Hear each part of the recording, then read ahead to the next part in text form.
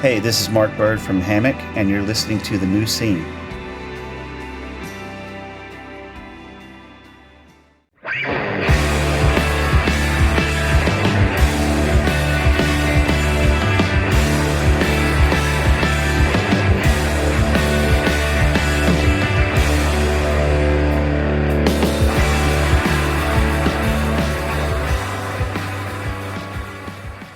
Hello, everybody, and welcome to The New Scene. I am your host, Keith, and we're back with another brand new episode. And I've got an excellent one for you this week, one I've been looking forward to. We have Ryan Key of Yellowcard. Yellowcard and Ryan have a very interesting history, and the band itself has a very interesting trajectory that is not quite what I imagined. I just imagined them as this super successful MTV band who have been coasting along all these years and doing great with no problems, and that is not quite the truth. Yellowcard also just put out a Hopeful Sign, a collaboration record with Hammock, one of my favorite bands, one of my favorite releases of the year, and this conversation with Ryan is really special. We cover the band, we cover some of their records, we cover our personal journeys. There's some good mental health discussion in there. It's got it all. It's a great conversation, and it's coming up shortly. But first, here's how you can support The New Scene. Follow us on Instagram, Twitter, and TikTok at New Scene Pod. Reviews. Give us 5-star reviews on Apple Podcasts and Spotify. And if you write a nice review, I'll read it at the end of the show. Shirts. The New Scene has t-shirts and a long sleeve shirt for sale at our store at Death Wish Inc. Pick one up. The weather's getting warmer. It's getting hotter out there. You're going to need to look good in a New Scene shirt. Take it from me. Also, you can always email me at newscenepod@iodinerecords.com. Also, don't forget to support Iodine Recordings. There's a Quicksand Hot Water Music Tour underway, and it's hitting many cities in the U.S. There's great opening acts on many of the shows as well. Check the Quicksand page or the Hot Water Music page or the Iodine page for a full list of dates. Her Heads on Fire have a new LP coming out, and it's called Strange Desires. It's out July 19th. You can hear a single from the record, Why Are We Alone? Listen to it on your streaming service of choice. Also, Her Heads on Fire have a UK tour June 2nd through June 9th. Check their page for more details. The Iron Roses US-Canada tour is underway. Check their page for a full list of dates. And Iodine is having a vinyl blowout sale. Head to the Iodine store at Death Wish Inc. and pick up select titles at discounted prices. They've got $3 7 inches, $10 LPs, and $15 2X LPs. Also, it's a new month and a new sponsor. So say hello to our sponsor for the month of May. Equal Vision Records. That's right, Equal Vision Records is sponsoring The New Scene for the month of May. And Equal Vision has been an institution since I got into this music. They're home to some of my favorite bands, some of our favorite bands over the years. This Day Forward, Converge, Circa Survive, Coheed and Cambria, and countless others. And here's some updates from the label. Hot Water Music, the 10th studio album, Vowels, is out May 10th, and it features guest appearances by Dallas Green of City and Color, Thrice, The Interrupters, and Brendan and Daniel from Turnstile. You can see them on their 30th anniversary tour with Quicksand. That's the same tour I just mentioned earlier. You've got to go see that. I mean, that's an incredible lineup. And the supporting acts are amazing. The tour is taking place May through June, and it will be hitting Europe in November. Check hotwatermusic.com for more info. Also, Be Well have a new 7-inch. It's called A Tap I Can't Turn Off, and it's out right now. This is their first new music in 2 years. Be Well features members of Battery, Bane, Darkest Hour, Fairweather. They're one of my favorite newer bands. Brian McTernan has been on the show, and he's a legend. He's a producing legend, he's a recording legend, and the bands he has been in are legendary as well, including Be Well. Head to equalvision.com for more info on this release and pick it up. Also, you can follow Equal Vision Records on Instagram at Equal Vision. Okay, so listen, check back in with me in segment 3. It's been a minute since we've done a long check-in. I've been having a horrible couple weeks, which I'll tell you all about. I'm just getting hammered in every aspect of my life. Not drunk, I'm just mean like, there's a lot of pressure. There's all kinds of stuff going on. I've got a new email I'll read. We'll check in. We'll make sure everybody's doing okay. But right now, we are going to speak to Ryan Key of Yellowcard. Enjoy. All right. We are here now with Ryan Key. Ryan, welcome to the show. Hello. How are you, Keith? I'm doing great. And Ryan, it's good to have you here. Look, there's a lot going on with you right now. We just put out the excellent record, A Hopeful Sign. That's a collaboration record with Hammock, one of my favorite bands. And we have the new Childhood Eyes EP that came out on Equal Vision last year. All kinds of great things are going on, and we're going to cover all of that. But Ryan, first I want to ask you, how are you doing today? My kid is in the 95th percentile for height, but the 48th percentile for weight. So we have a long, skinny boy. I'm very well, man. I mentioned before we started recording, I'm holding him right now just because, you got a 3-month-old. When they go down, he's down. And so this is officially my first interview while holding a sleeping babe in my arms. Yeah, you know what? Mine too. This is an exclusive. We have Ryan holding his 3-month-old child right now. Yes. While doing the interview. This is a first. You heard it here for the first. show. And that's exciting. I like that. And you know what? As a fellow long, skinny boy, I'm happy that we have a new member to the club. I think he's going to be joining your club. All signs point to a long, skinny child when he's like awesome though, man. We're having so much fun. Is this your only kid? Do you have more? Yeah, it's my first and 99.99% my only. He was born in December, and we're just I mean, for me, it's like, I know we're gonna talk about music, but I feel really content and like at peace with where I am in my life right now, which is something I don't believe that I've ever been able to say in my adult life. And I think about the idea of not leaning into this, I'm old, woe is me. It's not about that. It's more just general or reality, like checking into the idea that I just had my first kid at 44 years old. I really want to focus on my career right now, but also devote my entire life to my child. And I think, and I'm sure there are parents that could debate this with me to the end of time and have all the right points to make, but I think it can get into the territory of like management when you have more than one kid, if that makes sense. Like, yeah, you're sort of like managing their time and their relationship and your time with each one. And my sister has 2 very young children. They're not even a year apart. And she's amazing at it. But there's something to the old adage of know thyself, right? And I am so invested and I'm so happy. And I mean, I spend every second I can with this kid. But I don't want to be 70 something years old when another kid is, in high school. I don't want to Al Pacino this thing. You know what I'm saying? So, I think that my wife and I are very happy with our decision to raise our son and have that be it for us. Just because I think it's about, for me, it's a 2-pronged thing of sort of like, I want to give him everything I've got and also really focus on my music and my career and our future as a family, because my family just got started very late. I mean, I got married in my 40s and like I said, had a kid in my mid 40s. So, but also just like for me, it's about knowing how much time and energy I want to devote to this kid.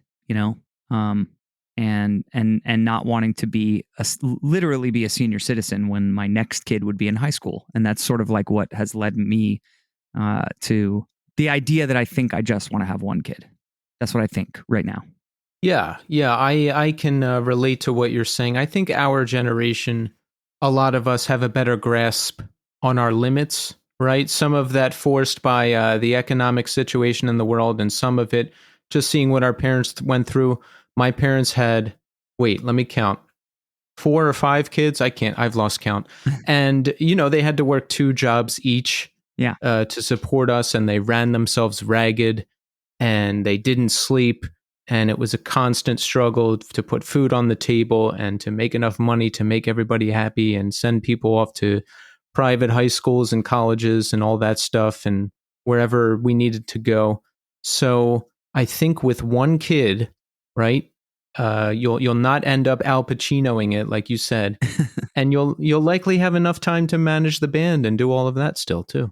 Well, I am aggressively trying to get into scoring for film and television outside of Yellowcard, and right now, Yellowcard keeps me on the road, nowhere near what it used to, which I'm sure we might get into in this conversation. But I'm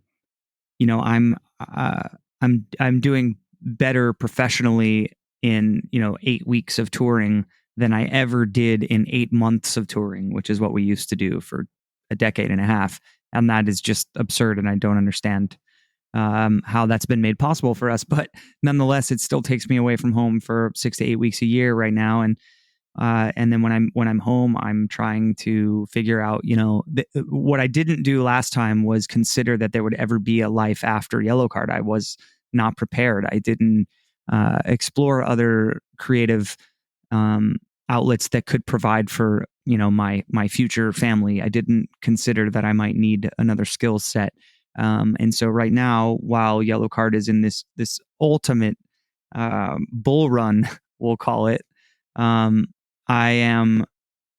also trying to get organized and plan for the future, and I have a real passion for film. I always have, and I'm starting to make some headway with some opportunities to be able to score professionally. And so, yeah, it's I want to have a really, really healthy work-life balance with my wife and my son, and the goals I have for myself professionally that in turn will, help provide for my family without me having to work, 2 or 3 jobs, because I am a musician and it is all peaks and valleys, and you never know what next year will bring, Exactly. Yeah, I love, I haven't done original scores, but I love pairing music with film. I've had the opportunity to do it a couple times just for little things I made, and I feel like I'm really good at it. So what are you doing in terms of scoring film? So for several years now, I've been a part of a little side project outside of Yellowcard with Yellowcard's lead guitarist, Ryan Mendez, who is one of my dearest friends in the world. We've had sort of an ambient electronica driven project called Jedha, which is spelled Jedha. We have an EP, a full length album, and then through some luck of an old friend who is a writer, producer in Los Angeles, was co-writing and producing a very small independent film, and brought us in, and we got to score a full feature in 2020. The film's called Dinner Party, and we have just kind of kept pushing onward from there. We released our full length album after that, which obviously isn't score related, but we did put together a full album of music, and it's a passion project. This isn't something we have 7,000 or 8,000 monthly listeners on Spotify, which still actually kind of amazes me that 2 dudes from Yellowcard can make an electronic album and have 8,000 people a month listen to it. That's it's a small drop in the bucket for the general, but when you look at monthly listeners on Spotify, but it's still pretty cool. And there are actually right now, this year, 2024, there's several different irons in the fire, that a couple of which we've had to sign NDAs for, so I can't discuss them on the podcast here. But we have a lot of cool stuff ahead. We're going to be scoring a show. I can say that we're scoring a show that is new IP, new intellectual property for a huge company, with a very, very well-known, the world around voice actor as the executive producer and lead on the show. And it could be, the kind of thing that really blows the doors open for us. As far as if we do a good job and we impress people, I think a lot more opportunities will follow in the wake of this one. So we've been very persistent. We've been very driven, and Ryan and I love working together both in Yellowcard and outside of it. And, we're thinking like, well, are we going to be jumping off the drum riser playing Way Away, or Lights and Sounds when we're 65 years old? Probably not. But also follow that up with, do we have pension plans or 401ks? No, we do not. So what is something we could be doing? John Williams is 91 years old, and he was just nominated for an Oscar. So I think we're looking long term, like this is something we would love to do together until we are old and gray. We love making music and we love film. And I just think it's, it's a way to keep our creative spirit alive for many years to come. So we've been very fortunate in the people that are behind us and support us, and have found some of these opportunities and believed in us to give us a chance when they absolutely could go with someone who is proven and known and has already scored a million things. But you got to start somewhere. And I think we're finally starting to see a little sliver of sunrise on our journey here.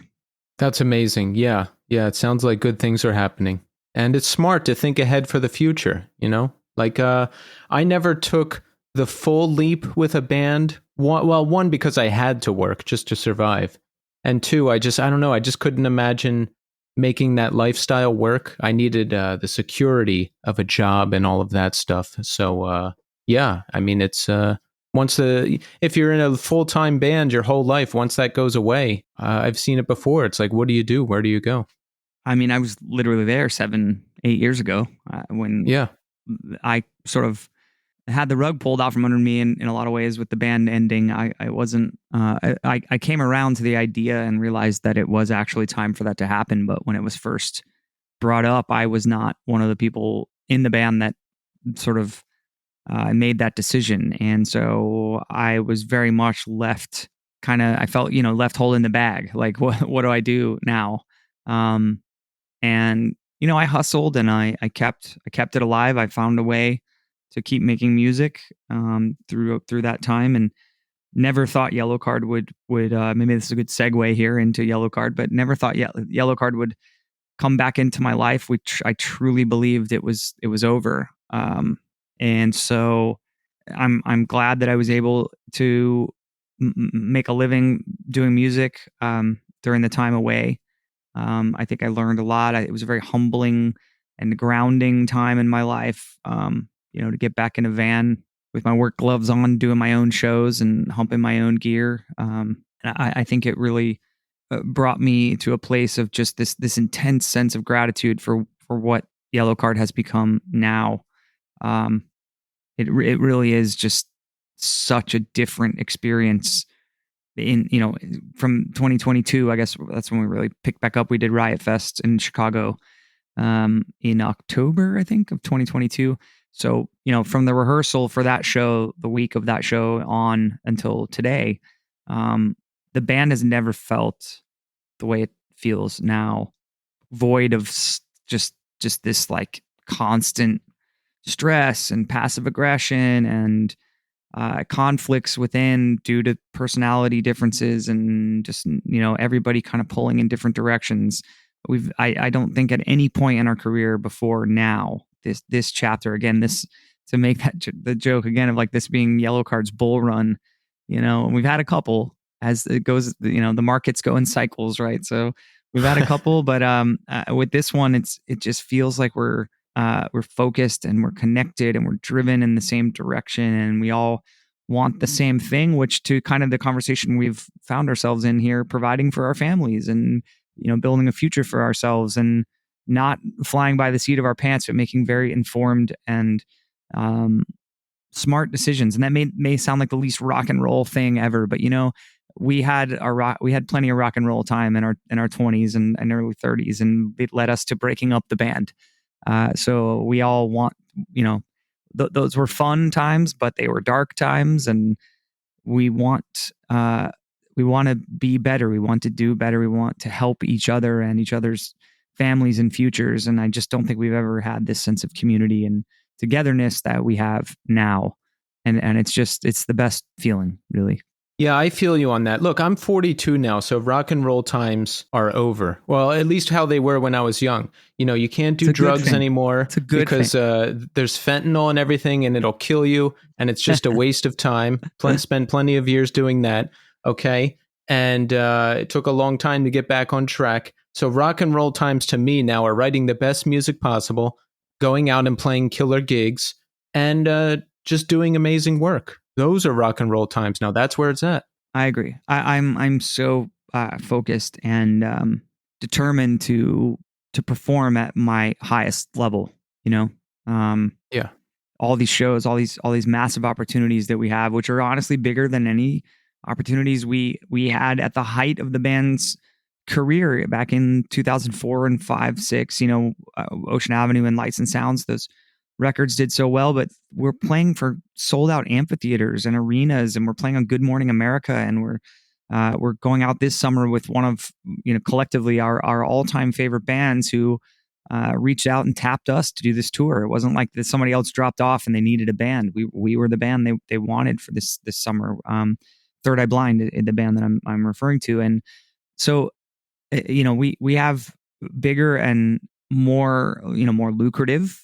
There's that too, which is just so awesome to have gone through those rock and roll days and built it up and lost it and built it up and lost it, and felt like a success and a failure just back to back to back, as I mentioned, sort of peaks and valleys, to at this stage in life when we have families and we have these we have adulthood and futures that we're genuinely striving to succeed in, that we have the biggest and best opportunities, both from the amount of people that are coming to see us play, so the visibility of the band, but also from a financial standpoint. It's unlike anything we've ever experienced, and so we're all so focused on our performance. The summer is huge for us. We're going out to play for thousands of people that are not Yellowcard fans. They're not Yellowcard fans because they don't like Yellowcard. They're Third Eye Blind fans. They're not, they're 90s grunge and alternative fans who go see Third Eye Blind every summer on this tour. And we have to go out there and blow their minds. We have to make them fans. And that is not something that you get the chance to do a whole lot when you've been like a headlining band for most of your career. You have your fan base, and that's your fan base. So I agree. All this to say, I just agree that it feels very rock and roll to want to go out and put on the biggest rock and roll show we've ever put on, so we can blow some people's minds this summer. Oh yeah. I've read you say that things are bigger than ever now. Shows, the size of shows you're playing, bigger even than at the peak. Well, back when Ocean Avenue was out in 2003 and all those years, right? Mm-hmm. Isn't that weird? It's surreal. And there's no metric that you or anyone else can try to give me to explain it. There are lots of reasons that are like, oh yeah, that's helping for sure. But some of these shows last summer were, I'm not exaggerating, were 6 or 7 times, by the thousands bigger than our normal House of Blues play that we've been doing for decades. And I just don't, it's so hard to get your head around. One of the reasons we stepped away from the band in such a permanent manner back in 2016 and 17 was our final, what we thought was going to be the last show we ever played together, was because we were losing attendance. People just weren't coming to see the band anymore at those House of Blues plays. We were really struggling. You're not always going to sell out every show, but you strive for that, and we were nowhere close to it. I mean, we really had felt a pretty dramatic decline, and we wanted to go out on our own terms, so that became the final world tour, and it was so successful. Blew it out, sold out every show all over the world. But that was coming off the back of not selling out any shows, for the couple of years leading to that. So this past summer, we sold almost 200,000 tickets. It was It was when they first told us we were going to be playing in amphitheaters, we were all so terrified. For an example, our hometown here in Jacksonville, Florida, where the band started back in the mid '90s, in high school, you're going to play this amphitheater in downtown Jacksonville. Why? It's going to be so embarrassing. There's going to be 1,500 people there. The venue we used to play in Jacksonville held 1,100 people. Like, are you crazy? No way. And you got to trust us. You got to trust us. We know what we're doing. And this is like, our manager, our booking agent, Live Nation. And okay, fine. Well, the first Jacksonville show blew out so fast that they added a second one, and we sold them both out, and we sold almost 9,000 tickets in 2 nights. I mean, it's wow. What explains that? That's not just like, oh, well, people are older and they have money, or people are bringing their kids, or, I mean, you're talking, 9 times the amount of people that used to come see us. So I don't know what it is that's making it happen, but I know that we are all a very clear mind at this phase of our career, and we feel like we have an incredible team. I just mentioned, our manager and our agent, and Live Nation as well. We continue to work with them, planning our touring going forward, and we have a team that believes in the band again, and people we trust. When we come up with some harebrained idea, if they say it's not a good one, we're not the kids who are gonna just do whatever we want. Again, maybe people think that what I'm saying is not very rock and roll, but you'll see. You'll find out one day. You trust the people that know what they're talking about. And it just feels so good to have everyone on the same page, man. It's that is not historically the story for Yellowcard. So it's been a real pleasure to be a part of a team that is seeing so much success, because we're all so focused on what we're doing and enjoying being in the band again. I love that. Yeah. And I read a quote from you. You said, maybe the world actually did end and we're in an alternate timeline now. And that's why the band is so big. I can't take full credit for that. That's Ryan Mendez, our guitar player, has a theory that everyone actually did die during COVID, the whole world. And it was like, the plague, the Spanish flu or whatever. And we're just in an alternate, interstellar Christopher Nolan film timeline. I think that too sometimes, because sometimes things in my life are going too well after like a long time of not going very well. And I'm like, maybe I died and this is the next phase or something. Hang on one second. Sorry, my kiddo's waking up. Yeah, no problem. Sorry. Yeah, it's. I mean, that's what I'm saying. Is what else explains 9,000 people in Jacksonville? San Diego, same thing. We used to play the House of Blues there. It's like 1,500 people. We sold almost 8,000 tickets at Petco Park. I mean, it's crazy, man. It's crazy. But and then we come off the tour. We're planning on not touring this year in 2024 because we don't want to overdo it and oversaturate it. And then we get this call, and Third Eye Blind wants to take us out on another amphitheater arena tour, and it's kind of, I'm just in this place of like, well, okay, well, what next? Like what else could possibly happen for this band after everything we've been through, and to climb our way back to this height that we're at right now. I can't wait to find out, what's next. But in the same breath, I will say that we are very unconcerned with what's next, if that makes sense. We're very much living in the moment. You can feel it collectively. We're not trying to sort out what's going to happen a year from now. We know if we just sit and wait and we do a good job, and we stay focused and stay together and we perform well, that we're going to get a phone call, and it's going to another band is going to want to take us out, or we're going to make a new record and it's going to have some success, or it's just different. I feel like we spent we spent a decade and a half undeniably, even if it's subconsciously, chasing the success of Ocean Avenue, because we only really got that once, and I don't think we're doing that anymore. I just don't. I think it's just we're so grateful to this fan base that we didn't even know was out there, and it doesn't have anything to do with Ocean Avenue because it's been 20 years and they're still here. So I think we've finally released the stress, the anxiety, the pressure of trying to climb that mountain again. And we're just taking it a day at a time. I like that. That's the place to be. So you grew up in Jacksonville? I did. Yeah. Born and raised. I lived in Michigan for a couple years when I was like 5. But I was here through high school. I left town when I was about 19, 20 years old and started my musical journey out west. But I'm home now. My wife and I bought a house here at the very beginning of 2022. And after I left home in 1999, so it's first coming back after all that time, that has also been a huge positive force in my life. I'm close to my parents. We have our son, and we live a mile from the ocean, and I'm happy it's not rock and roll days anymore. I like this life.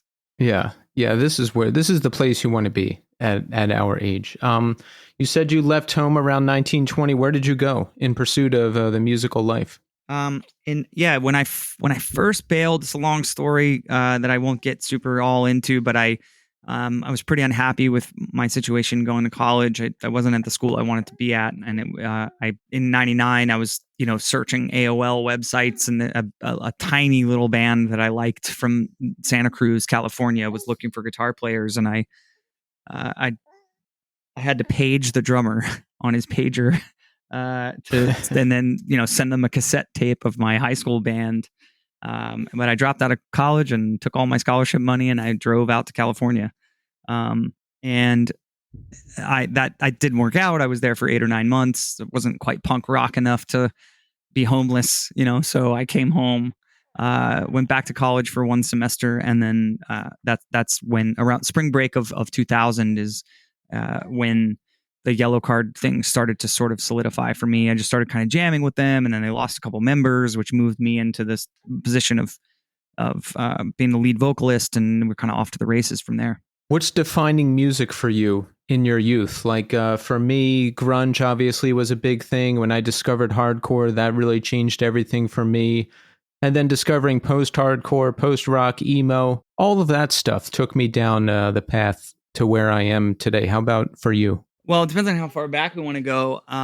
As a little kid, I was very into music, but I found it on my own. My parents weren't like spinning vinyl records or introducing me to the Beatles, and probably why I'm not a huge Beatles fan now, actually, in life. I feel like if you're a Beatles fan, it's because your parents were Beatles fans, and they played it all the time when you were young. But I didn't have that kind of music, exposure to music. I was listening to the radio and watching MTV. And so as a little kid, I was very pop driven. I was born in '79. So in the mid '80s, Michael Jackson and Madonna and Prince, and then into kind of the rock and roll that started to happen with like Guns N' Roses on one sort of end of the spectrum, Guns N' Roses, Metallica, and then all the hair metal stuff on the other end of it. And then, as you mentioned, I was 11 years old when Nirvana Nevermind came out, and right at the right age to where those records started to appear. And high school was a couple years away from that. Got my first guitar, and I was a huge grunge and alternative kid. Smashing Pumpkins are probably one of my desert island all time rock and roll bands. Late high school, late '90s, I really started to get into the kind of West Coast Warped Tour punk rock stuff. Lagwagon, No Use for a Name, NoFX, Propagandhi. They're not West Coast, they're Canadian, but those types of bands, on and on and on. And all of our bands here in Jacksonville on the weekends, we were all trying to sort of emulate that sound. And that's what really led me to playing in Yellowcard. So those were that was definitely my journey as a kid. And even getting into like late '90s punk, pop, it was pop. You could listen to NoFX punk and Drublick. That shit is so melody driven. It's so hooky.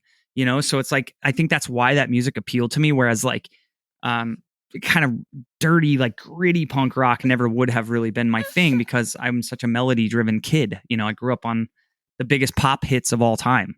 Right. So you joined Yellowcard.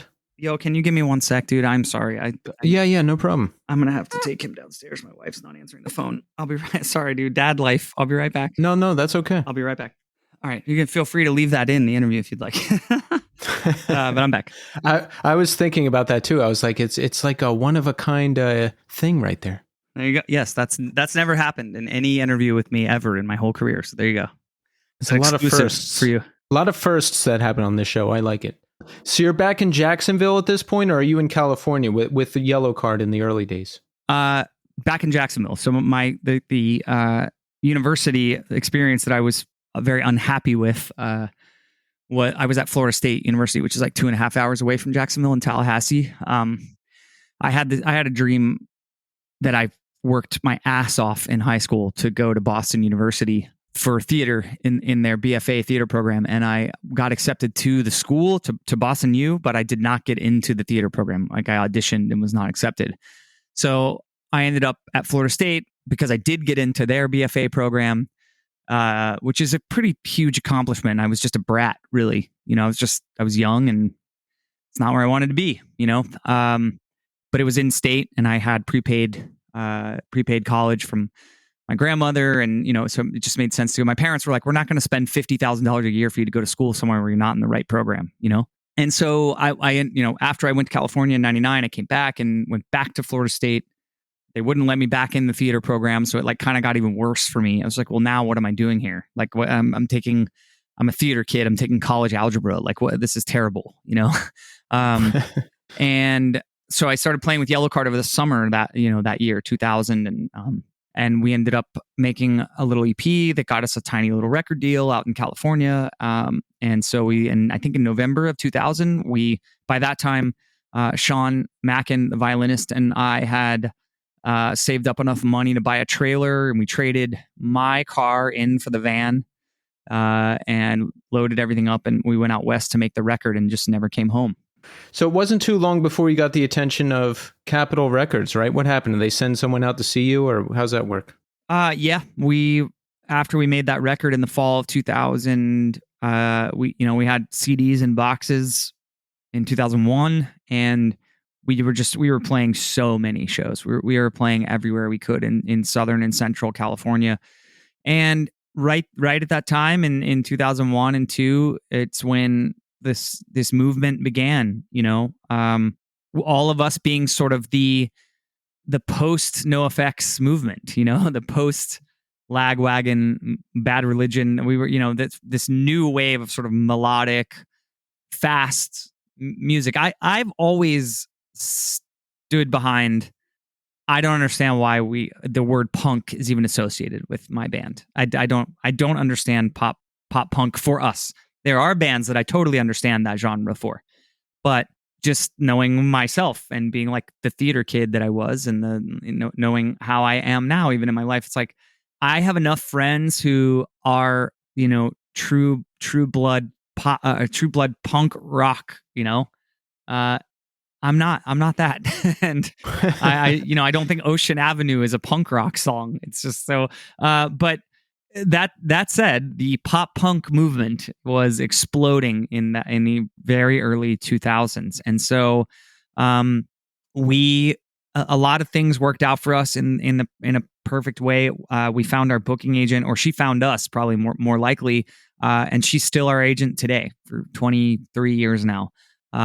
Booked our first tour in the fall of 2001, our first officially booked tour, where people were actually going to show up and there was going to be a promoter at the venue. With Rise Against and the Mad Caddies in 2001. Our agent, Corey Christopher Martin is her name. She booked Rise Against at the time and still does.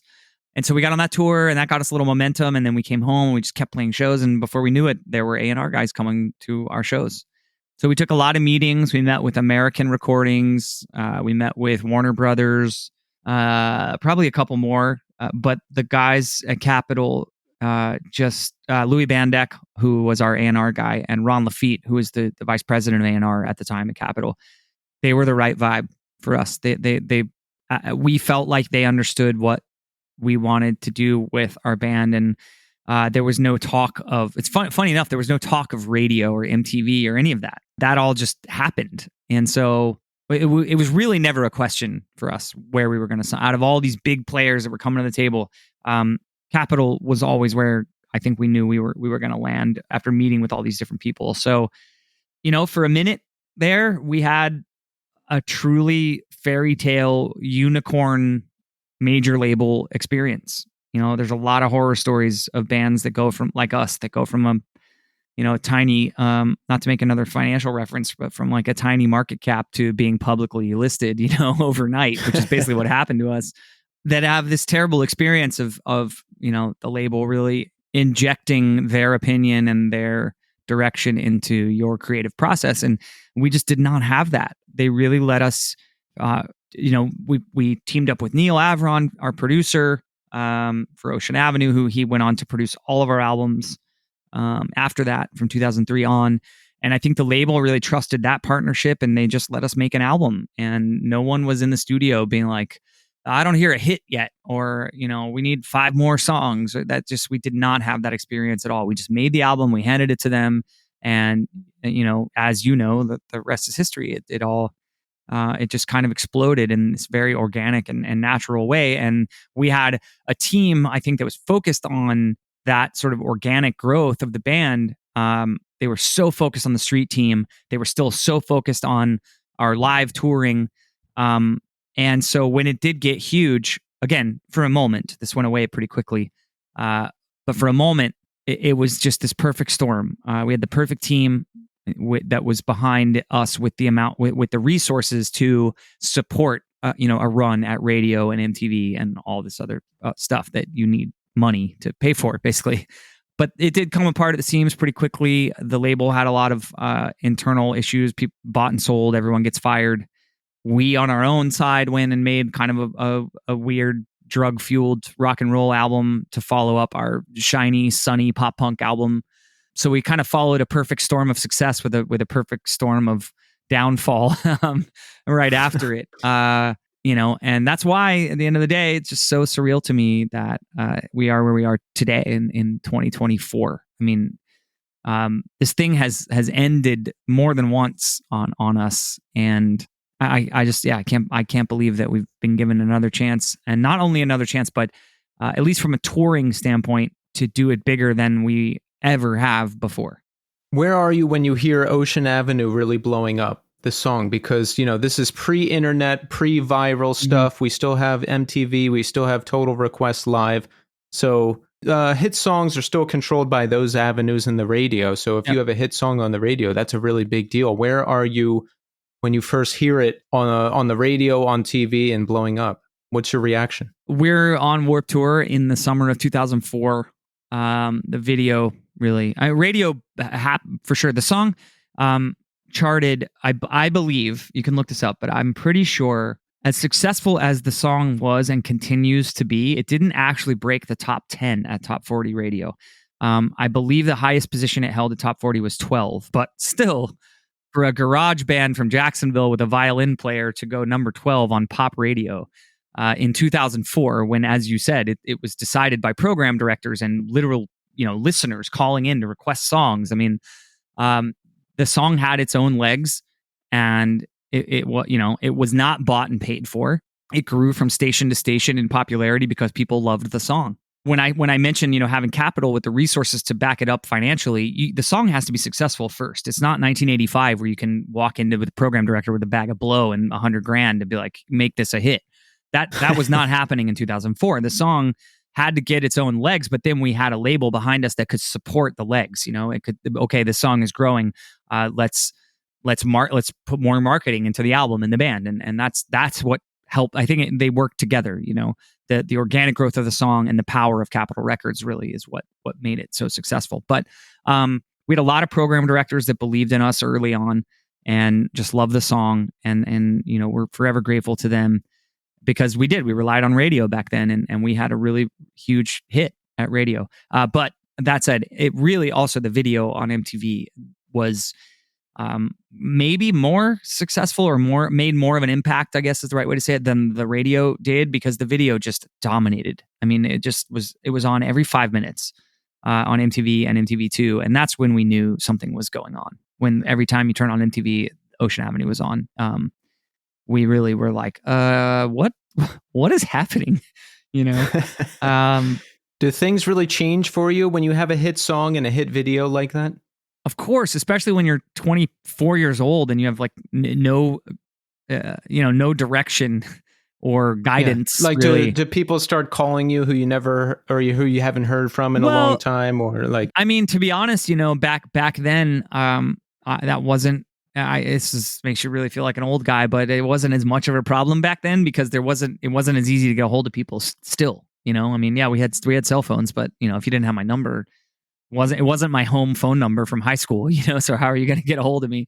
So no, I mean, there is some of that, but I think for me, it's much more about, like, I really, really caved to a lot of the stereotypical rock and roll pitfalls, drugs and alcohol, and just like wanting to be a part of like the most popular. I lived in Hollywood. I lived in LA. I lived in Hollywood. I mean, like on right off of Melrose for a while, and you just want to be in that, and it was so misguided, and it just.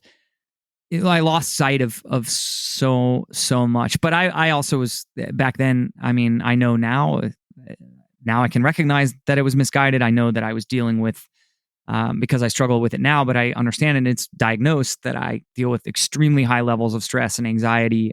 When I'm 24, I had that the same or worse than I have it now, and didn't know that. I didn't know that's why I felt on edge all the time and was overcompensating with self-medicating and trying to be out all night in Hollywood and whatever else it was. I was so insecure about my role in the band. My voice was always a mess. I was losing my voice all the time. I just felt really uncomfortable in the shoes that I was in back then, and I chose the wrong path to deal with it. But I didn't know there was a right path. No one was there to kind of help me understand there are tools that you can develop, to help deal with your mental health and make smarter choices. So I was just kind of rolling, as you do when you're 24 and you're making more money than you have any business making, and living in Hollywood. I mean, what else do I need to say? I was just rolling with it. And I'm okay with the fact that I know a lot of the decisions I made led to my own. I can't speak for everyone in the band, but I am the vocalist for the band. I wrote a lot of the songs for the band. I know that I'm responsible for some of the pitfalls that the band experienced, some of the valleys, as I've mentioned in this interview, because I just wasn't making smart choices. And, I could have, not that I haven't done my fair share of wallowing and self-pity for years at a time, but if I still had that attitude, we wouldn't be here now. And I think around when the band broke up, I had one of those sort of solid years of just wallowing and feeling sorry for myself. I picked myself up and made some new music. I started to kind of figure out it's time to understand and sort out why you made some of these choices you made through like 2018, 19. And then the pandemic hit, and, I was home alone with my thoughts, and I really got serious about it at that point, and started to just do some things to help me understand who I am and who I've been and what's led me to this point. And it has given me the tools that, now I'm able to feel that anxiety, that stress creeping in, and take a beat and try to figure out why, and not project it onto my bandmates, my manager, the fans. Some of the mistakes that I made time and time again when I was in my 20s and the band was huge, I'm able to not make those mistakes anymore because I made them back then. So it's not, I don't regret that time in my life. I drive myself insane if I sat around thinking, well, if you had been smarter back then, and so I just can't believe we have the opportunity we have now. And I'm so grateful that we do, because I'm confident that I'm making better choices now. And I'm confident that I'm more compassionate towards myself, most importantly, but also towards my bandmates and the people that work with us to help us succeed. And it's paying dividends. It's sorry, I did it again, didn't I? It's Are you like a Wall Street guy or something? I'm a crypto guy. Okay. So it's really helped me stay focused and not regret the past, but truly, as cliche as it may sound, learn from my mistakes. How do you learn from it? What steps do you take to get to this current place in your life? Like for me, I was a big drug and alcohol guy for a really long time, and I tried to act like a hotshot and act like I had money even though I didn't, and everything was about appearing cool or trying to hang out places that were cool and all that stuff. And I did that for a really, really, really long time until it didn't work anymore. And then it was years of hospitals and psychiatry and therapy and trying medications and, eventually finding the combination of things that worked for me to get where I need to be, because I too suffer from a lot of anxiety and self-doubt and all of that. What about for you? What steps did you take? How did you get through it? I think my dream of playing music, creating music is what kept it alive for me, kept me alive, kept me focused and driven to get to the source of these issues. When I've done talk therapy, I've found that I get a lot. And it's obviously it's always amazing to do for yourself, but I do get into conversations about that I am pretty self-aware. That when it's being broken down, that I'm sort of already aware of a lot of the issues that I'm having. I just need to say them out loud. So I've known for a long time that I get completely bogged down with my stress levels and my anxiety about succeeding in the future and my place in music. And it's just finding this piece of like, just do what you enjoy. You're not, it's not about winning Grammys. It's not about becoming Hans Zimmer. It's not about reinventing the wheel when it comes to making music. Just do what you enjoy. Do what you're comfortable with. Acknowledge the fact that you have this incredible opportunity, this incredible career, and stop getting in your own way. So I've never really struggled with depression. I've never really had to be medicated for any of this. I can sort of spot treat anxiety with medication, but I don't really like to do that because those meds are kind of turn you into zombies, So it's just more about self-awareness for me, I think. And honestly, man, I do not, when I say this, I almost hate saying this because I don't want to minimize anyone's experience through the pandemic. But for me, I can honestly say the pandemic's like the best thing that ever happened to me. That time to recenter and refocus, I shifted my whole career online, started connecting with fans in a way that I never had before. I think that really opened my eyes to maybe things I had taken for granted in the past, things I needed to focus on and nurture more going forward. And again, I came out the other side of that, and I didn't know Yellowcard was coming back into my life, but it did, and it's tenfold what it ever was before. So how else could you say that you see results from the work you're doing on yourself and your mental health? Right. No, I'm with you on that. The pandemic was ultimately good for me too. I know a lot of terrible things happened for a lot of people, but a lot of bad things happened for me too, but good things happened too. Changes in career, creative pursuits. So it's a time I look back on sadly, but also fondly as well. Yeah, same. You mentioned earlier, kind of chasing that initial rush of that hit single of Ocean Avenue. Did that inform other things you did in the band, like leading up to that first hiatus? Were you racking your brain trying to come up with another hit or making decisions you thought would send you in that direction again? Well, I think when we made Paper Walls in 2006 and it came out in early 2007, we felt like we had set ourselves sort of back on track, making a record that fans were going to be really excited about and had potential at radio while we were still relevant for, in radio people's minds.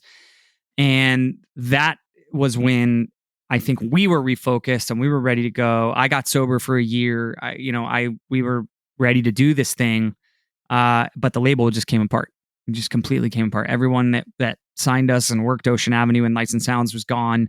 President of label, president of A&R, our A&R guy, video department. I mean, everyone we knew and loved that made Ocean Avenue what it was. And Lights and Sounds was technically a failure, being a gold record, but only because it was coming off the back of what's now very close to a double platinum record. But the song Lights and Sounds, while it was on a call it controversial record in the fan base at the time, didn't know if they loved it or hated it because it was so different from Ocean Avenue. But that song charted higher than any song we'd put out to date. It was top 5 single at rock radio. And so they were doing an amazing job with that record. And then, again, probably another story for another time, but I went down. My voice completely collapsed. I had to have surgery on my vocals in May. The record had just come out in January. It was just dead in the water. So we went back in the studio, tried to reinvent ourselves by rediscovering like the sound and the energy that made everybody fall in love with the band in the first place. And I think we made Paper Walls to be that thing. And then as I said, there were acquisitions and layoffs and auditing and all this shit that happens in the major label world, and we lost our team, and Paper Walls was pretty much dead on arrival. And that was that sense of like, I just think we were, I think we made a great record, but I think we had felt this great sense of defeat because in essence, we made a great record because we were trying to chase that success again, and it really broke us when that record kind of just it just didn't do anything because there was just no, well, again, I don't want anyone out there who's like an independent band that's really fighting to make it and put it. We sold a couple 100,000 copies of the album. I mean, that is something. But again, at our minds at that time is sort of what I'm trying to reference. Not being able to look back on it now, we felt like everything had failed, and we had put all this work into this album to get back where we wanted to be a contender at radio and play these huge shows again, and it just didn't work. Right, you're used to having this machine behind you, and when it's not there anymore, I mean, that's going to be upsetting for anyone. Yeah, it was. I mean, it was dark. It was dark times, and again, it led us in 2008 to essentially break up. It was not dissimilar to 2016. So I didn't think we were going to be a band again. We didn't call it like a breakup back then, but I didn't think I thought it was over in 2008. And then when we decided to do it again, 10, 11, 12, we had 2 or 3 really, really good years on our way back up. And then it just immediately started to backslide again to the point where, Sean, our violinist, is, expecting his second kid, and we're not putting food on the table in the way that we need to be, or, in the way that we wanted to be. And you have to make a decision. Is it worth being gone 8, 9 months? We were touring so hard in the 2010s. I mean, we were just gone all the time. Again, in hindsight, I think trying to chase this success, it was like, well, we got to do that. We got to do that. We got to do that. And I think it just tore us apart because we were exhausted. We couldn't catch it. We couldn't catch that wave again.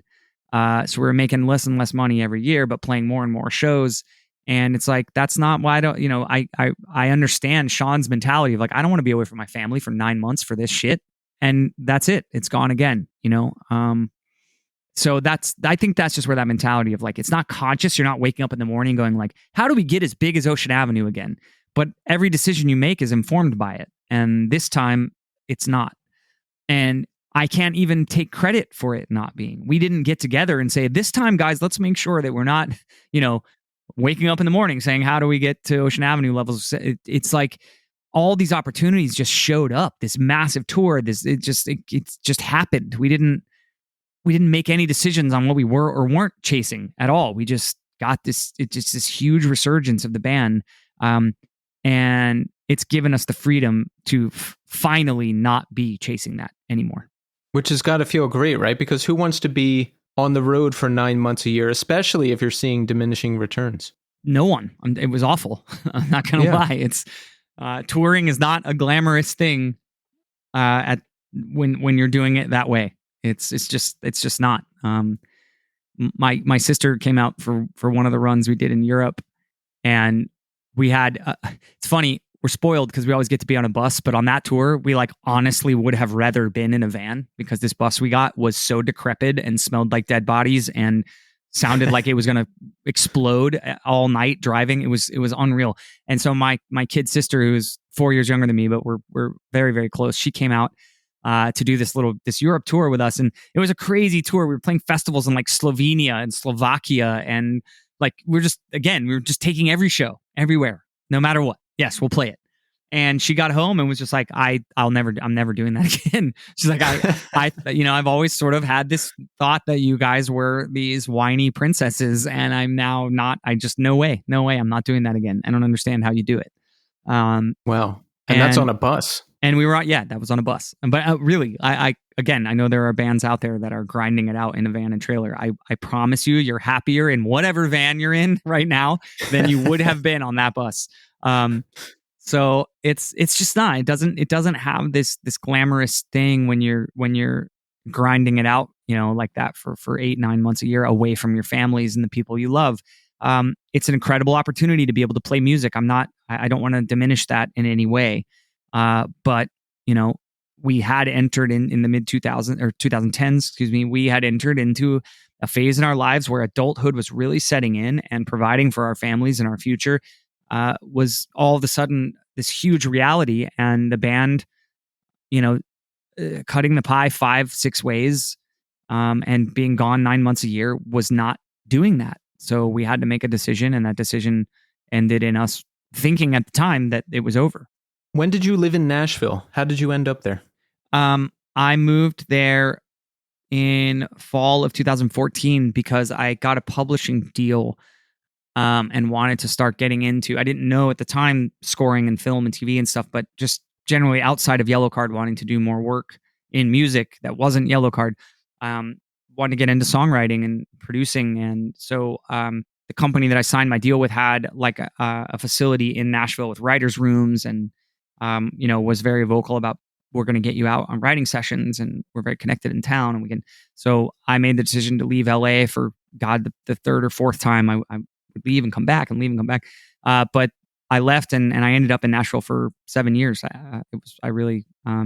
Until I met my wife and brought her to Florida, where she saw the ocean and how close my parents lived to it, and was like, we're not living in Nashville anymore. I think I would have lived in Nashville for the rest of my life if it weren't for that. So I loved it there, and found my legs on my own outside of Yellowcard in Nashville. How did you meet Mark Bird from Hammock? I was in a very deep state of wallow and self-pity in early 2017 on the run of some of the last shows with the band.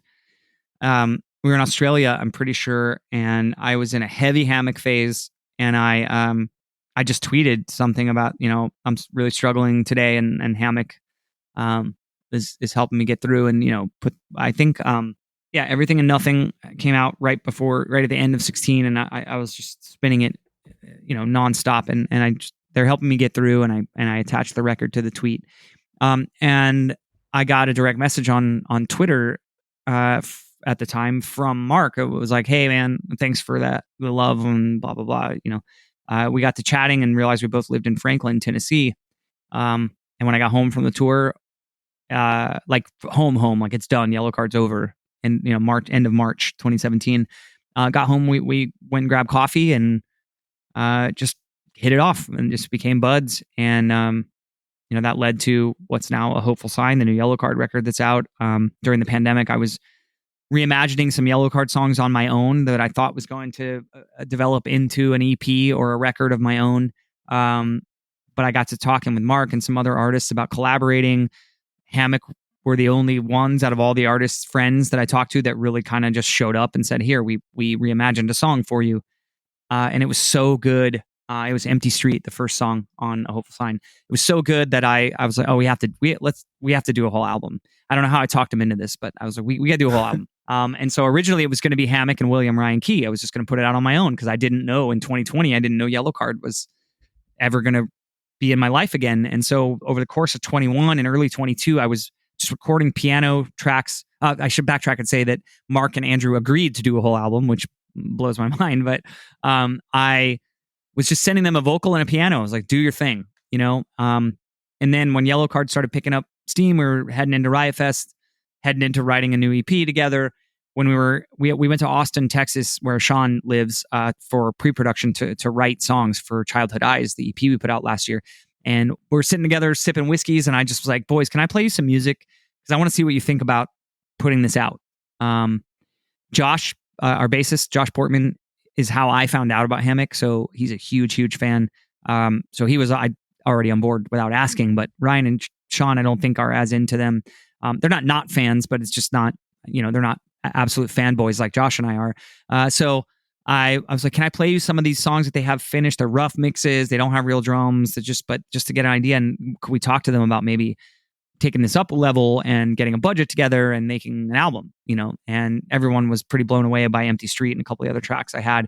So kind of got the green light to say, Mark, Andrew, we got some money to make this thing now. Let's make an album. Let's do it. And that was it. And here we are with, we have an album of basically of Yellowcard covers. I mean, because when I originally came up with the idea, it would have been me covering Yellowcard songs, right. But with one of my all-time favorite bands. It's another thing to just file under surreal, on this wave we're on right now. To get to collaborate with another artist is always an incredible experience, especially if it's something that you really sought out and you really want. It wasn't something like, oh yeah, I'll do a guest vocal on this or that. It's like really collaborating, really writing together, really creating together. It's a unique and unforgettable experience every time. But then for it to be a band that, for me is in my top 5 Spotify Wrapped every year, it's incredible, man. And one of the funnest things about the record was we didn't hear it until it was mastered. We had like those rough mixes, but then that was only like 4 or 5 of the final 9 tracks. And so a lot of it, we just, they sent us the album and we're like, all right, they chose the sequencing. They had added real drums on almost every song and had it mixed, mastered. And so we got to sit back as Hammock fans and listen to this album for the first time. And, our cheeks hurt for sure. Finally. Yeah, that's amazing. I like to hear you say, you were going through a rough time and Hammock's music was helping you through it because through some of the hardest years of my life, their music, carried me through all of those years as well. And I actually spoke to Mark on this podcast yesterday, and we were talking about this record, and he said he was working on the songs with you, and it was going to be a solo thing, but they took some of that approach, and that influenced how Hammock wrote Love in the Void. I know, dude. So it's mind-blowing. How mind-blowing, right? That you influenced them. Well, I got somewhere in the process, their manager emailed all of the team and was like, hey, we're going to have to put this on pause. And he worded it in some version of this. The guys are just inspired from working on this, and they've started working on their own album. And yeah, immediately my thought was, holy shit, the idea that working on a piece of music with me inspired them to work on new Hammock. It's, I don't know. I don't, to quote Bill O'Reilly, there's no words there. We'll do it live. It's crazy, man. I don't, it's just, when you kind of back to like earlier in our conversation, when you just let go, man, and you let things happen and appear, and you're not teeth clenched, white knuckle grip to what's the next opportunity going to be and how am I going to survive and how am I going to succeed. Keep working. I'm not to say just lay down on the couch and take a nap, watch Netflix. You got to keep working. But when you let go of that anxiety around it all, opportunities appear. They really do. And I don't think that's any kind of divine thing. I don't think it's mystical. I think it's just when your brain is in that mindset, you are able to be you're able to be more open, and you hear opportunities coming your way, in a different way. You're able to see things coming in a different light, and I can't find any other explanation for the success that both personally that I'm having and that Yellowcard is currently having. Because I think all of the guys in the band share in that sentiment right now, that it's just we don't have this death grip on like, oh God, what if it doesn't work out? And look at all the cool things that are happening for us. Yeah, that's a great summation. I think that's the key, and I can't explain how or why it works, but for most of my life being a mess and having my fingernails dug into things or trying to control things or wishing for some specific outcome, nothing ever worked out. But now that I'm just doing what I want to do and creating the things I want to create and not thinking so much about the future or what's going to happen or anything like that, more things are happening. That just seems to be the way that it goes. I think it's proven. I don't know, whatever field you're in, there's no formula to any of this, but I can only speak from my experience. And I know that I'm getting better results when I maintain a more even state of mental health, and I'm more focused on keeping myself centered and not letting those emotions, that stress and anxiety overwhelm me. I'm just seeing results. It just is what it is. And I also want to say to anyone listening, you just brought up Hammock helping you.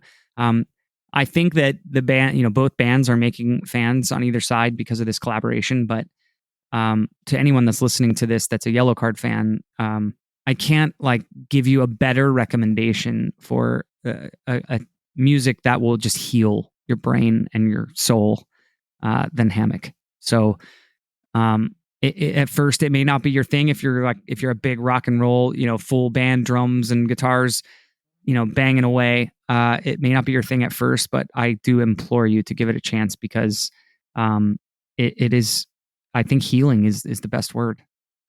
Absolutely. It's done so much. They have done so much for me. When I heard the Ocean Avenue, the Yellowcard Hammock version for the first time, I was in near tears.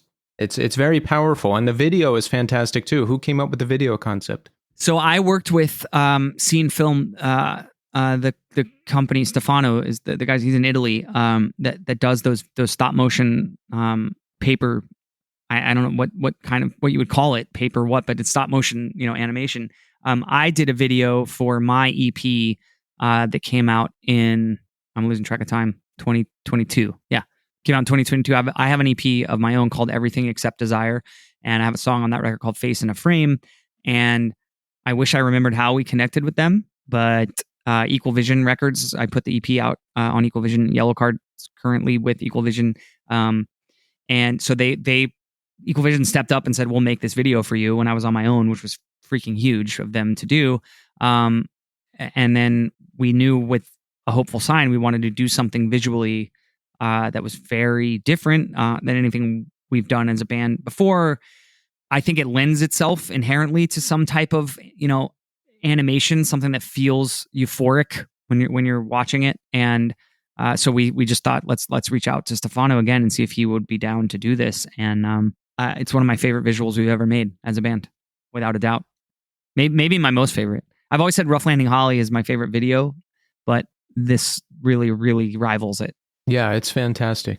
How did you hook up with Equal Vision? That's a great label. When Yellowcard ended, air quotes, around that in 2017, I started working with a dear friend of mine. His name's Andy Snape. He managed a band in the UK called Young Guns. He managed a few bands, but he managed a band called Young Guns that we were friends with, and that's how we knew him. And I ran into him at Baggage Claim at LAX, and we just kept in touch. And then when I started to kind of venturing off on my own, I was like, hey, dude, I don't know if you'd be into helping me. And he was originally just going to help me like get my EP up on streaming services. Yeah, I know how to do that. I'll help you do that. But I think after I delivered some music, he felt like, wow, I want to be a part of this. And so Andy started managing me and connected. He basically came to me one day and said, hey, I think we could have an opportunity to put some music out with Equal Vision. We also have the new EP, Childhood Eyes. That just came out last year. And I think this is one of Yellowcard's strongest releases. Thank you. Is there a specific theme for the EP? When did we start recording it? Tell us a little bit about it. I mean, I think the EP gets summed up pretty quickly. I think we wanted to capture the energy, the sound that we felt. I mean, how do we know really? But we felt that people who have loved and supported this band for over 2 decades wanted to hear. And that's a different mentality than you usually go into a record. And I think some people, I actually watched, I saw David Bowie the other day, some targeted post on Instagram, talking about how you lose yourself as an artist when you start making music for other people, But then I saw that too. But then he finished it by saying, if you're not uncomfortable, make sure you have to stay you have to not be in a comfortable place. That was his argument for not making music for people other than yourself. Well, I felt better at the end of that because making music for Yellowcard fans was very uncomfortable, at least for me. I can't speak for everyone in the band, but I had been removed certainly from pop punk music even long before Yellowcard broke up. I mean, if you listen to Lift a Sail and the self-titled Yellowcard records, there's nothing 2003 Warped Tour genre about those albums whatsoever. And I think maybe I may have been a little too forceful in the band, just feeling we got to do something different back then. And so I had been far removed from this style of songwriting for a long time. So I felt, the point is to say, I actually, at the end of hearing what Bowie had to say, I was like, oh, well, I kind of was doing what you're saying to do. I was forcing myself to be in an uncomfortable place, which then in turn allowed me to create music for our fans. if that all makes sense. I don't know if it does, but basically we wanted to try to do that without it sounding forced, right? That's the goal. How do we make music that got people excited about the band 20 years ago, but not sound like we're in our 40s trying to sound like we're in our 20s? That makes perfect sense. And I think you succeeded because you don't want it to sound like a tribute that would date back to 2003, right? You want a modern take on it. You want to represent who you are now. And I think the band did that perfectly with this EP. I appreciate it. I mean, that is certainly what we were going for. I think this EP sonically really does live in the same place that Paper Walls does. I think all 5 of those songs could have been, Paper Walls could have been, I guess, an 18-song album, and these songs could have been on the record.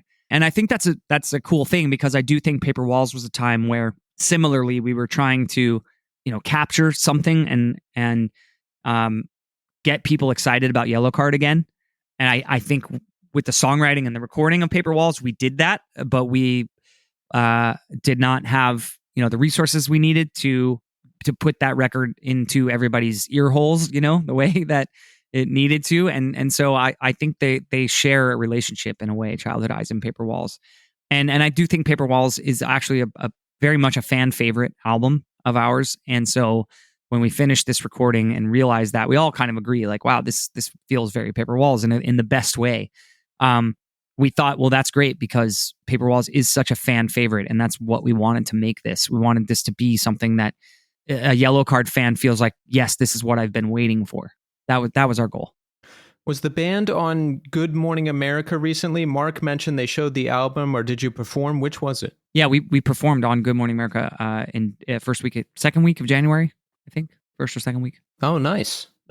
How did that go? Incredibly well. And I hate playing on TV. I always have. Talk about your stress and anxiety levels.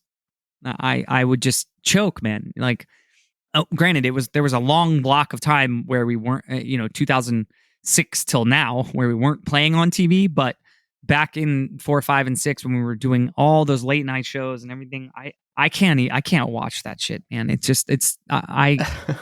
I just would choke, man. I was so nervous, shaking hands, just like feeling my throat just closing up on me. And this was just not that.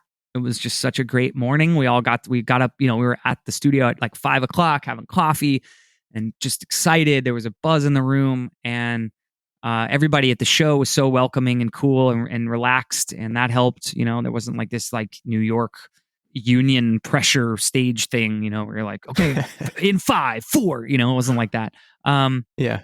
And I'm so happy with how that performance came out. And I don't think I can ever tell you that before about a TV performance. Did you go back and watch it? I did, yeah. Like as soon as I was able to. But I felt really, really good about it in the moment, and that's what's cool. I felt like, wow, this is.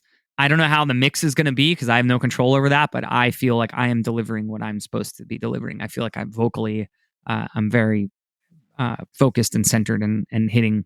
I'm hitting the notes, And I've always struggled with that in the past on TV appearances. So it felt really good. Nice. Well, let's recap. We've got a hopeful sign out right now. That's the Yellowcard Hammock collaboration record out on Equal Vision Records. So we want people to pick that up and listen to it and support it, right? Yes. It is not the Yellowcard record you're looking for, but it's the Yellowcard record you need. It's just such an unorthodox and unexpected collaboration.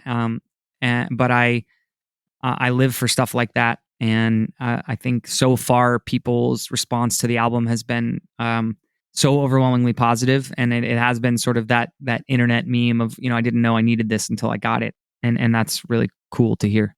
Yeah, it was an unexpected collaboration. I would have expected like Hammock and Stars of the Lid or someone like that, but I love this. The record is fantastic. So I encourage everyone to check it out. And we just came out with the Childhood Eyes EP last year. So we want people to pick that up. We want them to listen to it, right? Yeah, absolutely. There's some really cool collaborations on that record as well. Vic Fuentes from Pierce the Veil kind of basically sings a duet with me on the first song, and Chris Caraba from Dashboard Confessional sings a duet with me on the last song. So these are absolute all-stars in our scene, heavy hitters. and we're so grateful that they loved our band enough to want to be a part of new music with us. And hopefully going forward, if we're going to make new music, we'll continue to see these kinds of opportunities. But yeah, I just a lot of exciting stuff for the band and a lot of exciting music we've made in the last year and a half. And your ambient electronic project, Jedha. Mm-hmm.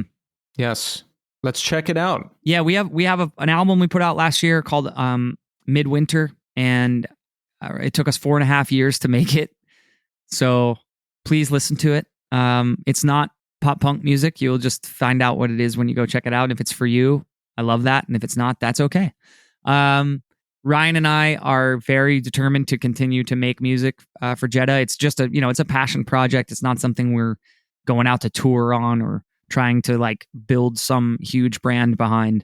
It's just something we love to do, and very much an arm of our career that we hope to get into scoring for film and television with Jedha. So we actually have a pretty decent amount of music out. So if you need music just to vibe to and relax, focus, center, that's why we do it. Is there any other upcoming tour or anything you want to announce in the end here? I get the tour, I guess, is what I definitely want to let everyone know about. Third Eye Blind has been an influence on me that I can't even, it goes so far back and it's so deep rooted in my songwriting, especially the first two records, the self-titled record and Blue. I was a teenager about to graduate high school when both those records came out. Just life-changing rock and roll, and I have an original, from 97 vinyl pressing of the self-titled Third Eye Blind record on yellow vinyl. And it's like one of my most coveted possessions in life. It's that kind of, that level of fan here. And so, getting called up to support them on a tour, it's a dream I didn't know until I had it. Cause I never thought, again, it's kind of an unorthodox, maybe unexpected pairing of bands, so I never would have expected we'd get this opportunity. But if we're coming to a city near you on the Summer Gods tour with Third Eye Blind, tickets are on sale now. And I will just tell everyone our set list for this summer is super fun. Last year, we very much just covered the hits. We played, pretty much every single we've ever had and made it this just in your face rock and roll show. It's very much going to be a rock and roll show this summer, but we have dug pretty deep into the catalog and we're pulling out some songs that have very rarely ever been played in a couple of cases. And I would just really encourage, Yellowcard fans, if you want to hear some songs that you don't normally get to hear, to come check out the Summer Gods tour. That's awesome. That's awesome. And Ryan, I just want to thank you for coming on the show. I've been listening to you for a long time. I wish continued success for you and the rest of the band. And thank you. Thank you so much for taking the time to come on the show. I appreciate it, man. Thank you for not, asking where we got the name of the band. I appreciate just an interesting, stimulating conversation, where we can talk about our journeys and how we got where we are. That's what I live for nowadays, just to continue to heal and improve and be a better person every day for my bandmates and my friends and my wife and my son. And so I really enjoy when you get to have a conversation about this kind of stuff and not just, the normal old magazine questions, That's what we do here. Deep conversations, personal journeys, self-improvement. And look, I already know where the name came from, so I don't need to ask that.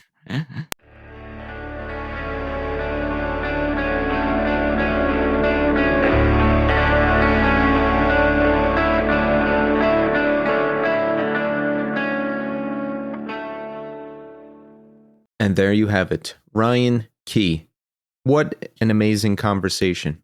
I mean, I remember when Yellowcard broke way back in 2004 and, 2003, 2004, somewhere around there. And Ocean Avenue was all over the radio.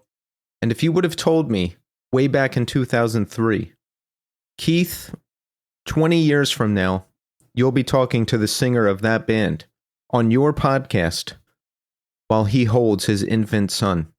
You know what I would have said? I would have said, what's a podcast? Let's get drunk and do blow. But wow, amazing conversation. Very interesting trajectory Yellowcard has had. And I think a good way to sum it up is what Jonas said a couple weeks ago when he was on the podcast is that I think life is just about learning to let go. Look at what Ryan went through with Yellowcard. The band was just going in pursuit of something. I don't know, recapturing former glory, keeping the machine going. And eventually it just didn't work anymore and he had to step away. The band broke up. He was in bad shape. He wasn't feeling good.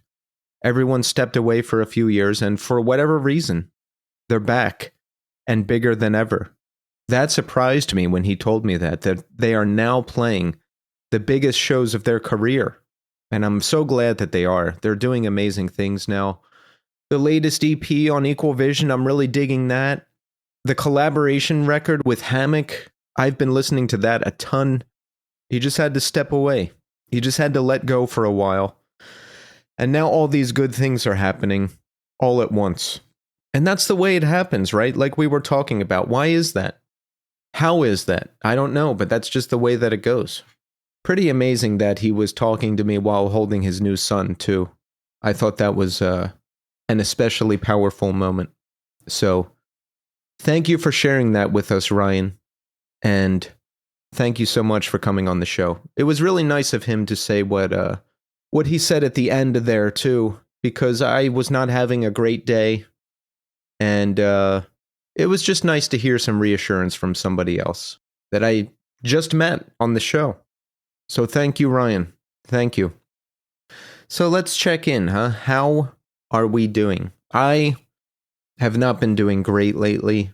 I mentioned in the beginning of the show, I've just been getting hammered in every aspect of my life. This was one of the hardest weeks ever of my day job. A lot of expectations, a lot of unknowns, a lot of mistakes, a lot of really busy days. So there's that. I was in a fury getting the EP wrapped up for my band. There was a lot of sleepless nights, a lot of stress, a lot of pressure and anxiety getting the record to sound the way I wanted to and getting it ready to get out there in the world. There were a couple nights where I didn't sleep at all. And then I went into the next day on no sleep and had to go back to the studio and work all night. And then I was like, okay, I'm going to double down and drink a Red Bull and play video games until I can't stand it anymore, which was not a smart choice.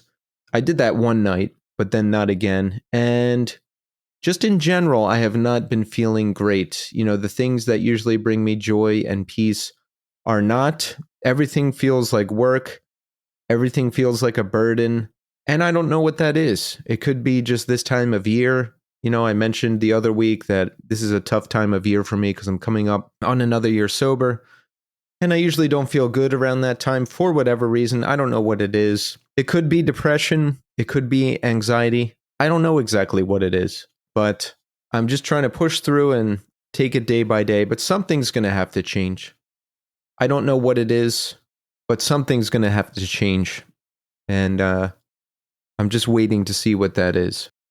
Here's the good news. Number one, we've got some great guests coming up the next 2 months on this show. Some legendary guests, some newer guests. I'm very excited for what's coming. The podcast is always kind of an anchor for me because I meet so many nice people and correspond with so many nice people through the show, via the show. And the conversations are always really fulfilling. I was in a bad mood a couple weeks ago, and then I did an interview with a guest on a Thursday night, and that really snapped me out of it, the bad mood for the night. So the show is always a beacon of light in my life. So I'm happy about that. My new band is gearing up to release our first EP. I'm working on that. We're getting ready to start playing gigs this summer. I'm working on that. That's exciting. And otherwise, I'm just trying to take more time for me, you know, whether it be laying in bed, staring at the ceiling, or cleaning up the apartment or watching a movie. I've been catching up on some games because I've had a little bit of downtime lately. I highly recommend the Dead Space remake for PlayStation 5. I never played the original Dead Space, so I don't have anything to compare it against, but I loved the remake. Loved it. It was sad when it was done. And now that I'm done with that, I'm diving back into Final Fantasy VII Rebirth. That's part 2 of the Final Fantasy VII remake. And I like it, but they really went overboard on the humor and the goofiness and all of this stuff. But there are good moments. And look, Final Fantasy VII, as I've mentioned on this show before, is my favorite game of all time, so I kind of have to play it. There are good moments, there are serious moments, but they really amped up the goofiness in this one. So it's decent. It's decent. I'm halfway through. I'll finish it. And then after that, I'm going to jump back into Elden Ring, which I've got 40 hours in, and I'll finish that up, and then we'll see what comes next. And that's everything that's going on with me, so let's move into the New Scene Community Hour. I got a new email here from Brad. Brad says, first and foremost, I'd like to say thank you. Thank you for starting this podcast and helping me feel more connected to music I love and the people that make it. I got into the show via the Kurt Ballou episode last year, looking for something that felt like a show made for me, and also for something to focus on while driving back and forth to my shitty airport job. From there, I went through any episode featuring an artist I knew, and I just couldn't stop. I've since gone back to the very start and have been making my way through every single one, so thank you for these hundreds of hours of entertaining, inspiring, and thoughtful conversations. Fast forward to now, and I'm in a much happier job. That's a 15-minute walk from my front door. Not only that, but I get to listen to podcasts all day while I zip through the aisles of a warehouse that ships musical instruments. It's pretty sweet. Moreover, I would like to thank you for your honesty, openness, and vulnerability on the air. It's helped me to put my own struggles and obstacles into perspective, and especially to feel okay calling myself a creative and a musician despite putting my instruments down for an extended period of time. I'm still working on that, but I'm brimming with musical ideas and excited at the thought of refining them in the near future. Wow.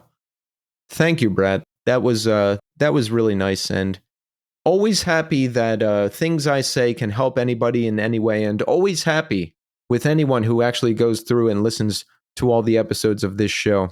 Honestly, emails like this are what keeps me going, especially in times like this, because sometimes it feels like I'm just talking into a void and no one cares. It feels like that a lot right now in every aspect of my life. But when I read an email like this from Brad and hear that I'm helping somebody in some way, or that somebody is enjoying this content that I'm putting out there, it really makes a difference for me. So thank you, Brad, for putting a smile on my face today. And I'm going to start the push to 300 Apple Podcast reviews soon. We're around 250 on Spotify, and we're at 209 on Apple Podcasts. So let's get a head start. If you have not rated the show, open up the Spotify app and hit the 5-star button. Do the same on the Apple Podcast app, and you can write a review too. If you write a review, I'll read it here in this section of the show. The push to 300 is going to begin soon. And that's about it. That's everything I've got for this week. I hope everybody out there is doing well. I hope everybody out there is enjoying the show. I hope people on YouTube are not too upset about a 4 to 7 minute intro that can be easily skipped over by clicking the tags that I put in the description or the comment section of YouTube. And I'm back next week with another fantastic episode of the show with a very mystifying, a very excellent band that I've been reading a lot about lately. So strap in for that. We are going to end the show with a song that's really been stuck in my head a lot. Have you heard the Yellowcard Hammock collaboration album, A Hopeful Sign? I really hope you have. It's definitely one of my favorite records of the year. My favorite song on it is Transmission Home, which is the last song on the record. And that took me to the original version, which I've been listening to a lot from Yellowcard. So we are going to end the show with Transmission Home by Yellowcard. I'll add the song to the New Scene 2024 Spotify playlist. You can find all of our guests there. You can find all of my recommendations there. Go follow it. And I'll see you next week.